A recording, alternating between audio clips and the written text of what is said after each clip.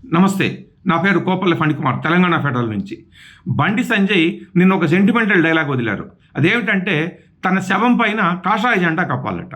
ఒకే ఒక చివరి కోరిక, నేను చచ్చిపోయినాక నా మీద భారతీయ జనతా పార్టీ కండగొప్పాలని జెండా. బండి సంజయ్ ఏమిటి, శవం ఏమిటి, కాషాయ జెండా ఏమిటి? వినడానికి కాస్త విచిత్రంగా ఉంది. కొడుకు బండి సాయి భగీరథ మీద పోక్సో కేసు నమోదైన సంగతి తెలిసిందే. ఈ నెల 8వ తేదీన పేట్ బషీరాబాద్ పోలీస్ స్టేషన్లో ఒక మైనర్ బాలిక భగీరథ మీద లైంగిక దాడి ఫిర్యాదు చేసింది. ఆ ఫిర్యాదు ఆధారంగా పోలీసులు భగీరథ మీద పోక్సో కేసు పెట్టారు. ఎప్పుడైతే కొడుకు మీద పోక్సో కేసు నమోదైందో అప్పటి నుంచి బండి సంజయ్, అతనితో పాటు కొడుకు కూడా కనబడటం లేదంటే భగీరథ అయితే పరారీలో ఉన్నాడని పోలీసులు చెప్పారు. బండి సంజయ్ అయితే ప్రజల్లోకి రాలేదు, మీడియాతో మాట్లాడలేదు. మొన్న 16వ తేదీన కేసు కోర్టులో విచారణ జరిగి ముందస్తు బెయిల్ కోర్టు కొట్టేసింది. అప్పుడు ఇంకా వేరే దారి లేక కొడుకును పోలీసులకు అప్పగిచ్చాడు సంజయ్. ఈ విషయం మీద మొట్టమొదటిసారిగా నిన్ననే, అంటే దాదాపు ఒక 10-12 రోజుల తర్వాత నిన్ననే బండి సంజయ్ మీడియాకు కంటపడ్డారు.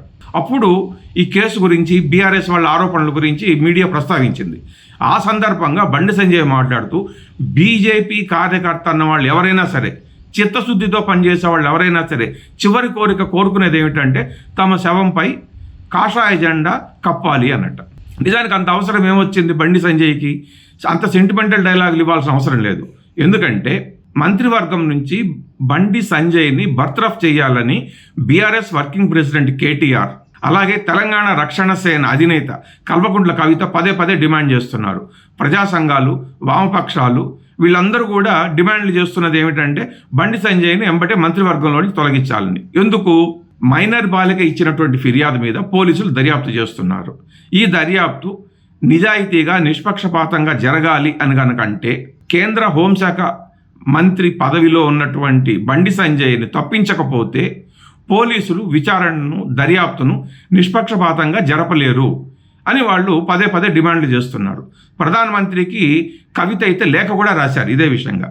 ఈ విషయాన్ని ప్రస్తావించినప్పుడు బీఆర్ఎస్ మీద బండి సంజయ్ ఒక్కసారిగా ఫుల్ ఫైర్ అయిపోయారు. ఎందుకంటే బీఆర్ఎస్ల గడీల పాలనను బద్దలు కొట్టింది తామే అట. మొత్తం వేయాలంటావు, ఎందుకంటే నీ గడిల పాలన బద్దలు కొట్టింది మేమే, నీ అవినీతి సామ్రాజ్యాన్ని కూకటి వేళ్లతో పెకిలించింది మేమే, నీ కుటుంబ పాలన వ్యతిరేకంగా కొట్టాడింది మేమే. ఉంటుంది, నీకు సహజంగా ఉంటుంది. నీ 15 మంది ఎంపీలు ఉన్నారు కదా, అందుకే రెచ్చిపోతున్నావు నువ్వు. వాళ్ళ గడీల పాలనను బద్దలు కొట్టాం కాబట్టి, వాళ్ళను ఓడగొట్టాం కాబట్టి ఖచ్చితంగా తమ మీద బీఆర్ఎస్ వాళ్లకు పీకల దాకా కోపం ఉంటుందని, ఆ కోపంతోనే తనతో పాటు కొడుకు మీద లేనిపోని బురద చల్లి తమను ఇబ్బందులు పాలు చేస్తున్నారనేది బండి సంజయ్ అభియోగం. ఫేక్ గాళ్ల ప్రచారానికి, ఫేక్ మీడియాలో ప్రచారాలకి తాను భయపడబోనని, తనలో ఉన్నటువంటి నిజాయితీనే కొడుకును అప్పగించడంతోనే తేలిందని, పోలీసు దర్యాప్తులో కానీ, కోర్టు విచారణలో కానీ తన కొడుకు నిర్దోషాన్ని బయటపడతాడన్నటువంటి నమ్మకాన్ని, విశ్వాసాన్ని బండి సంజయ్ వ్యక్తం చేశారు. Thank you.